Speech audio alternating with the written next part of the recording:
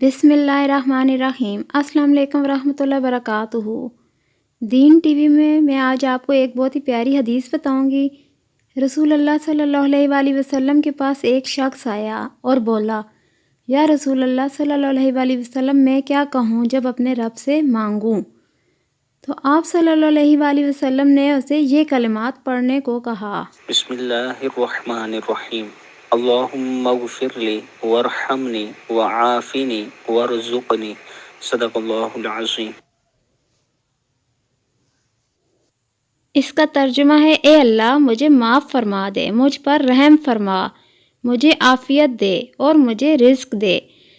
اور آپ صلی اللہ علیہ وآلہ وسلم ان کلمات کو فرماتے وقت ایک ایک انگلی بند کرتے جاتے تھے، تو سب بند کر لیں، صرف انگوٹھا باقی رہ گیا۔ آپ صلی اللہ علیہ وآلہ وسلم نے فرمایا کہ یہ کلمے دنیا اور آخرت دونوں کے فائدے تیرے لیے اکٹھا کر دیں گے۔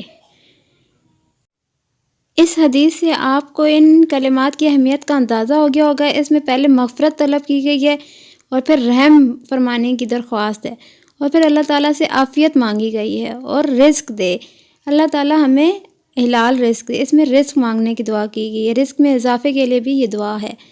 آپ دوستوں سے گزارش ہے کہ ویڈیو کو اپنے دوستوں کے ساتھ ضرور شیئر کریں۔ اچھی بات آگے پھیلانا صدقہ جاریہ ہے۔ شکریہ۔